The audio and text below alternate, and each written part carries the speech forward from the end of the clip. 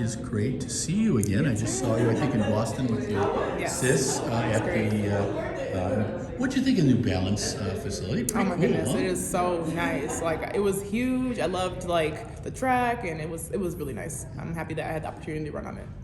Where are you at in training and everything right now?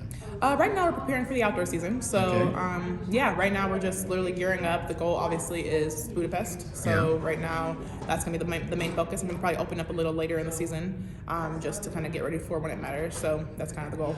And where do you train? I train in Fayetteville, Arkansas. You're in Fayetteville. And who's your coach? Chris Johnson. Oh, really? Okay, Yeah. okay, cool. European Indoors just happened. It did. And what did you think of the quality of the European hurdlers this Oh year? man, it was really good. Like they were very fast, very impressive. Some girls that had been kind of on the cusp that really were showing up, and it was really cool. I just kind of wanted to kind of get my body in check. I was having some issues early in the indoor season, which was frustrating, but it wasn't really quite cooperating. So that was why, unfortunately, I decided to not like continue. But it was nice to like kind of see, the girls run well, because that inspired me to like kind of train and get ready for outdoors. So. On the guys' side, it was a very competitive race, but also a Spanish hurdler hit the last hurdle. I can relate. Can you help me explain to my audience sometimes?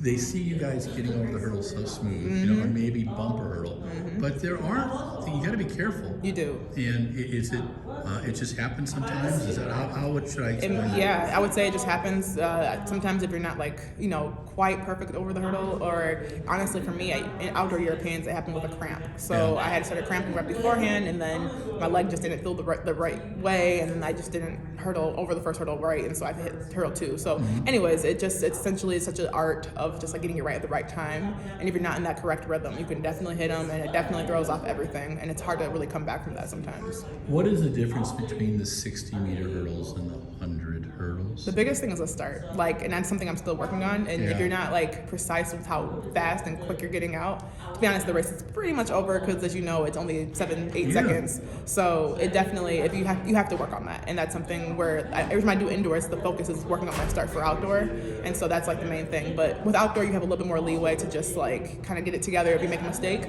with the 100. So that's why I personally love it. I'm a very strong finisher in my race, and so that's something that makes me excel better in the 100, I think. I was interviewing Aaliyah Hobbs yesterday, and Yeah. she told me that after her American record, she hit the padding so hard that she bruised her arm, and she wasn't able to start in the walkers for a little bit. I'm fascinated how everybody slows down after the 60s. Oh my goodness. Do you consciously have to slow down? Sometimes, and honestly, before I've didn't slow down properly, where I actually tweaked my hamstring, and so sometimes it's such a quick, like you have to just do it so quickly that it's not actually good for our bodies. Yeah. So it can be something very cautious, or you have to be very cautious about not hurting yourself. But yeah, it's something that I'm actually like focusing on as soon as I cross the line, not to like go too far or hit myself or whatever. So, but it's really hard. How many times will you race this season? I'm not exactly sure yet. I'm going to sit down and talk with my coach, but definitely less than last year. I'm going to start open up a little later, and then hopefully finish off later in the season as well, past the World Championships. That's the goal. So we have Budapest this year. We have the Olympics next year. We have Tokyo the year after. How many years do you look ahead? I personally like to take it year by year. I know that I'm still going through an Olympic cycle, so that's the main focus is 2024. But right now, the focus is Budapest, and then once we get through that, however that goes, we focus right into Paris, and then we take it year by year pretty much. So that's kind of how I approach it. Will you race anything besides the 100-meter hurdles this season?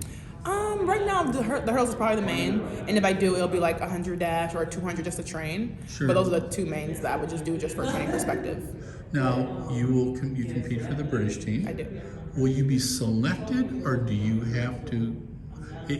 The selection process, sometimes I get confused about it. I understand, yeah. So there's a times you have to hit. Do you have to hit it a certain number of times? No, you just have to hit it, I believe, in the span of a year. So I already hit the standard last year. I'm not sure. I think it might switch after January 1st. So I need to hit it again, which I believe is 80 something. Okay. And so once I hit that, I have the qualifying standard. And then once I go to my trial, I have to get top 2 to get automatically selected. Okay. And if I don't, I mean, that's always the goal. But if they can also choose a third person, just discretionary. So that's kind of how it works. So. Jack Buckner, who's the new CEO at British Athletics, and I've known Jack for 25 years. He kind of surprised me. Something he said about a week ago, I think I read it. Yeah. I'm curious to see your thoughts. And I kind of get part of what he's saying, but I'm also kind of surprised. Mm-hmm. He said that he's going to make it tougher for athletes to make the British teams because he wants it to be about the medals. Right. How did you interpret that? To be honest, I think the British team has never been extremely easy to make. I think the time standards they have are difficult, and that's why, for instance, in years I've gone up myself as the only hurdler because other people hadn't hit the standard. Yeah. So I would say, yes, I understand it's important for the medals and the competitiveness, just because it helps keep the sport interesting. But I do think it's important too to give athletes experience who don't have that, and the standard is a bit high. So I guess it's a balance. It's hard to know, but I do understand where he's coming from, and I think it's important to bring athletes that actually do have the potential to medal. Explain the differences between how the British support their athletes and how athletes are supported over here. Is there a difference that you see or that you've experienced? To be completely honest, I'm not sure how the U.S. athletes get treated. I've heard great things, but all I know is that the British team has supported me so well. Open arms, just seriously so, just open, and I guess it's just, this is great, honestly. I love the way they communicate, and I love, the funding. I'm on funding right now, which is also helpful, and whenever I need some help with, my rehab or something, I have a doctor to get in contact with, so it's definitely, a really good community, and I think it really does help me to be the best athlete, so I'm grateful for it. How long have you represented Great Britain? Since I came out as a junior. So I came out in 2015, and then, I started there. Wow, it's going on almost 10 years. I know, it's so crazy. I don't believe it. And you've been sponsored by Adidas the whole time. I have. So I came out of college in 2016. So and I got my first sponsor from Adidas, and still do that. Will you be at the Adidas City Games? That is in July or May 6th? Or May. Okay. Yes, I believe I should be. Okay. That's the goal. I'm not sure yet, though. I need to talk to my agent to make sure, but yeah. Talk to me. So, did you ever do the 400 hurdles? I did in high school. Okay. Not fun. I did 300 hurdles because that's what our state did, Yeah. and then I did the 400 hurdles at nationals or the championships, and I ran 62 seconds or something slow, but it was a fun experience because it made me feel like, okay, I completed that. I feel very strong. But once I did that, I kind of realized I wanted the 100 to be my focus. What is the strongest part of your race in the 100 hurdles? My last probably 4 hurdles. I've always been a good finisher ever since I was 14. It's just been something I'm a very strong power athlete, but sometimes I struggle. Maybe it's with my height, or I don't even know my mindset with my start. That's something I've been working on this year, so I'm hoping to get it together. So once I put it together, the PBs will come and the fast races will be there. Do you know where you're at in a race? Yes and no. Sometimes I know I'm behind, and I know if I get a decent start, I'm usually with the crowd. But for the most part, I'm really zoned in and focused, and so that gives me the opportunity to just really push after each hurdle. And if I'm behind, I can just keep my composure because I'm not focused on what everybody else is doing. So that helps a lot. What will be? Will you hit Diamond League meets this season? Mm-hmm. That's the goal. Yep. What do you like about the Diamond League? I love the competitiveness. It's so competitive. All the girls are fast. The times are always insane. The tracks are fast, and then also the support is always nice too. So I love that, and the compensation's obviously good too. So It's really, really good. Does competing in the Diamond League help prepare you for the World Champs? Absolutely. Usually every Diamond League meets are people who are going to be in the final of World Championships or people who are going to be there, So I definitely need that to kind of replicate what I'm going to do at Worlds. And so, I would try my best to be in all the competitive races I can. I don't shy out of competition. Do you like having rounds? Oh, absolutely. Okay. I do better with rounds. What do rounds... Explain to my audience what that means. Why are rounds so good for you? Yeah, some athletes seem to do well, it's true. And some don't. And I think it helps sprinters and hurdlers because it's more of a rhythm. We have to kind of feel it warms us up. The prelim is a good warm up and it gets our bodies moving. But once you feel that, you have a little bit more confidence going into the next round. And so it just helps me personally. Okay, I did that. I made that mistake. I can now fix this issue. And then like I said, the warm up it just makes your body feel ready to go. And typically, I'll always run faster in the second round or third round. How many that is. So if I'm watching you, how do I know? What should I watch to know that you're there, that you're ready to perform? if I'm focused, and that's hard to know 'cause I'm most of the time focused. Yeah. If I'm zoned in, so sometimes like I'll obviously wave at the camera when I can, but if I'm like just zoned in and you can just kind of see that, then usually I'm ready to go. And if I get out really well, you know, a race is gonna come. Like I said, my finish is always strong. So if I'm with the pack at least, I know I'm gonna have a good race because typically I'll come back stronger at the end. Trey Cunningham said something to me yesterday, and I wanted to ask you about this. I like Trey. He's just fun to talk to. He said that most people think that the 100 and the 110 hurdles are about the hurdling. He said it's about being fast. And when I talked to Ronaldo about that one time, Ronaldo said it's the combination. He said that's what used to get Gail in trouble when she would do the 100 and the hurdles are the same thing. She would kind of lose her rhythm a little bit. And I talked to Gail about it. She said, yeah. She goes, I had to have a few. That's why she loved the rounds. Yeah. How do you explain the 100-meter hurdles? How would you to someone who's not a track fan? So we got this big audience. We're trying to bring people in. What's key for people to watch in the 100 hurdles? Yeah, so I personally think you have to have a combination of both speed and technique. So I've always been a technician. I think I have things I can still work on, obviously, but I think my form has what's gotten me to where I am today. So getting over the hurdle with efficiency, with getting a good trail leg, when your trail leg comes over through quickly, when your lead leg gets down on the ground, those are really, really important. And obviously running in between. So that's the speed that Trey was talking about. So I think personally, I'm not the fastest sprinter. My sprint time might not be comparable to how fast my hurdle time is. But I think that comes just solely from how fast I can get over the hurdles, how many drills I'm doing at practice that translates.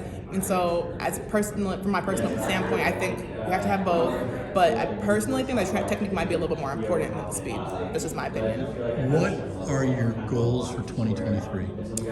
It's always to medal. So my goal is to medal at the championships, to hopefully be Diamond League finalist, and just to be faster than I was last year. I set a national record, and I would hope to set another one. I ran a fast time that was windy, and I would hope to run that time consistently next year too, or this upcoming year. You said it's about getting a medal. Do you think the sport pushes times and distances too much? Because it seems to me, with people, especially when I get American football fans that watch a track and field meet, the thing they like are the close races and the competitions and the emotion. What do you think is the most important, or how do we make it fuse so that we talk enough about the stats, but we also really talk about the competition and tell the stories about the athletes? Yeah, no, that's important. The older I get, the more I realize that I think the competition is more important than time. Like you said, a lot of people, especially during the Olympics, only watch just because they can connect or they want to just see how the Olympics are going, and they wouldn't even know what times mean. And sometimes I'll tell friends about my times, so just like, but did you win? Or did you get placed? Like, that's what they want to know. And so the older I get, the more I am trying to realize, like, I can run a super fast time, and one, people might not realize it, or two, somebody might break that record later. So it is a good thing to do, and it helps you gauge. But I do think the most important thing is to be as competitive as possible and to place as high as you can, because that's what's going to be remembered. Nobody can take a medal away from you. People can take a record away from you.